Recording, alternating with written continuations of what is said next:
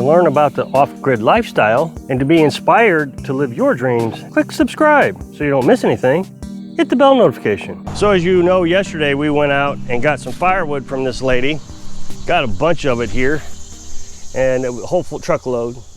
Considering if that was all split up, if I went over to this guy's house, it would be $75 per truckload. Free or $75. All I got to do is put out the effort to go get it, split it.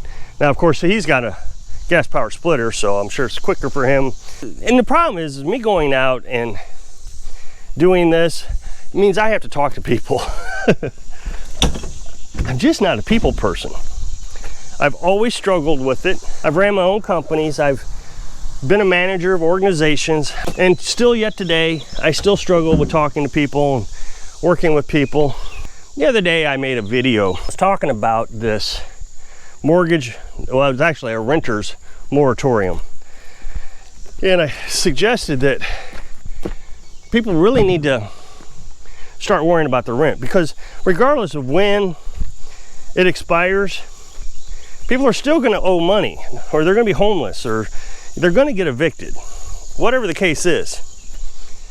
And I got several people, I was really surprised by this, several people to tell me, and I don't know where this came from, to tell me that since I have an acre and a half and I got chickens and I got financial security, well, savings account, I'm building up my retirement, that kind of thing. I got firewood, several comments, so there were several things that was discussed. And so I should bring people here, help them financially. I should help them build a tiny house, help them build chicken coops and everything they need so they can live off grid, because they see this world or this society kind of falling apart. And of course, you know, me being a person of isolation and working hard to bring food to my table and heat to my house, I don't understand these things. One person actually suggested it is my duty, my responsibility to actually take care of people. And I don't know if I agree with that.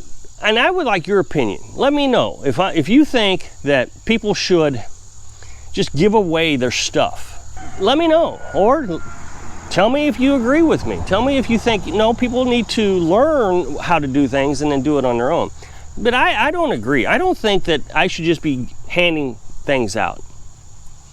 When I bought this property, for example, I was really, really out of shape. I was gaining a lot of weight. This property has rejuvenated my health. I'm in much better shape. I can go out and cut firewood. I can split this firewood with a maul. So there's one benefit of being able to do it yourself instead of having somebody come and do it for you.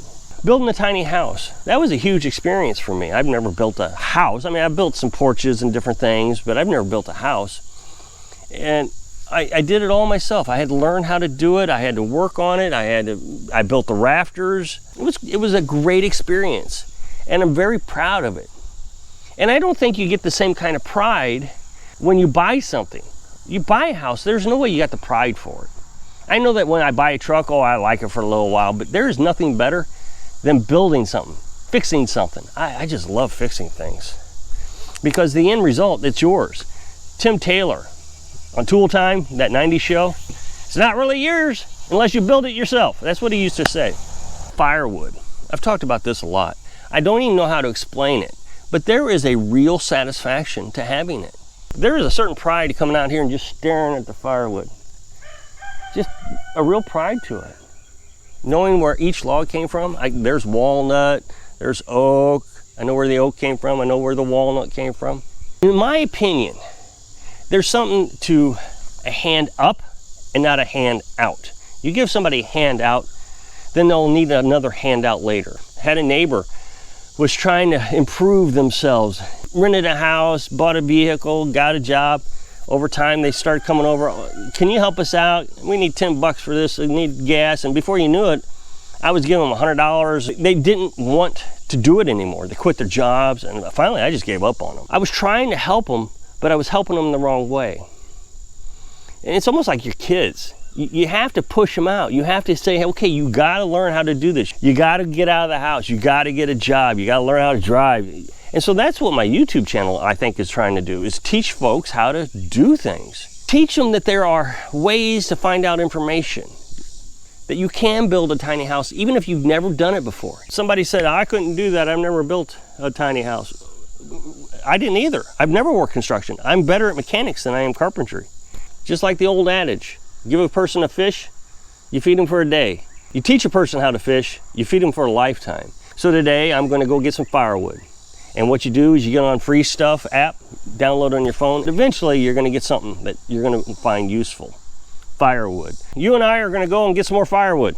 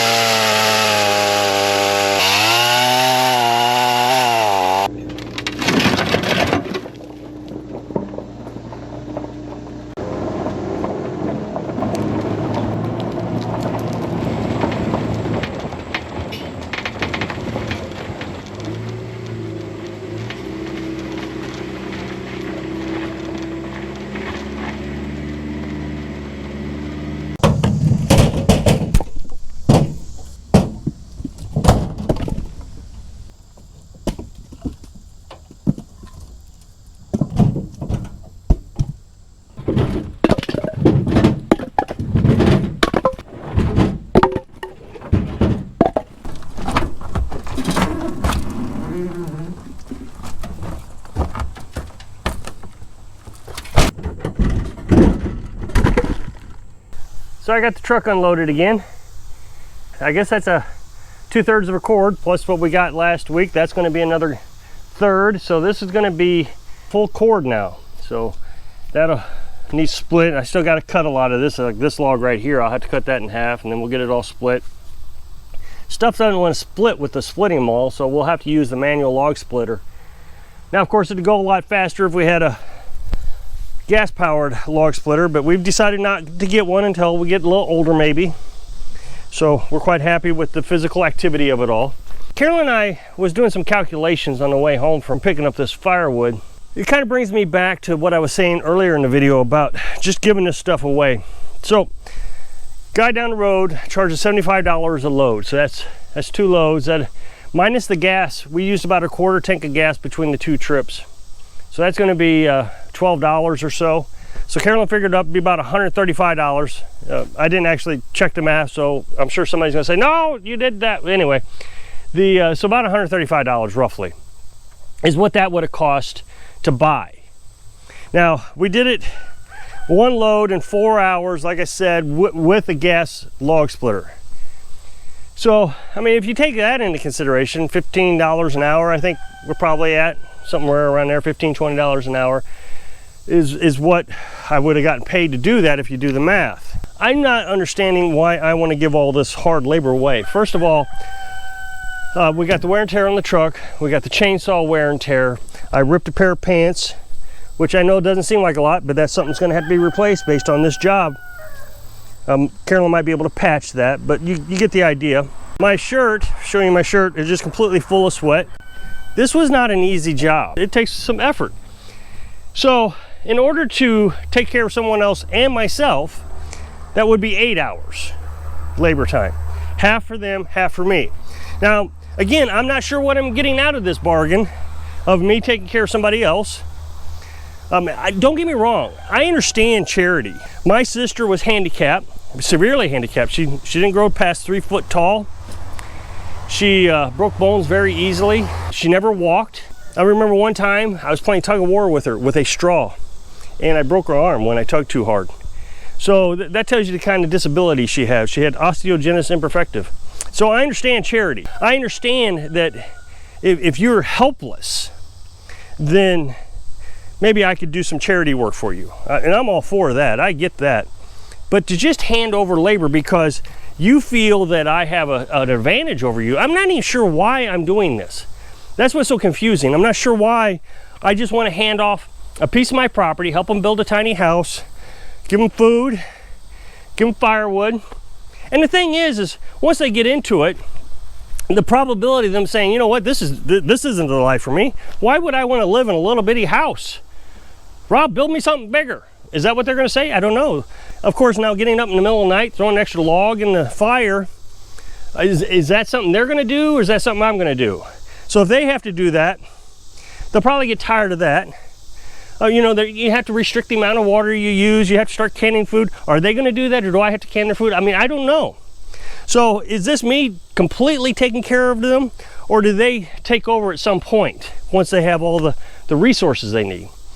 But my guess is the idea is once they have all the resources they need, then they have to take over, in which case I would imagine they'll quit. Because I mean, think about this. What I did today is not hard to do. It's a lot of work, but actually doing it, get yourself the free Stuff app. And that app is free. You can download it off the App Store, completely free. You start monitoring the area around you. And when somebody says, hey, free firewood, you instantly reply back, I'll be there as fast as I can. Hold it for me, I'll be there in a half hour. And you run over there with your chainsaw and your pickup truck, your little 4-cylinder pickup truck. You cut the firewood, you throw it in the back of the truck, you bring it home, you split it. I'm not seeing why this is so difficult that you can't do it yourself. So no, I'm hoping that I can do better by teaching you how to live your dream, whatever that is. At least inspire you to do something. So again, I hope I can inspire you to find your dream, accomplish your dream, and live your dream. Thanks for watching.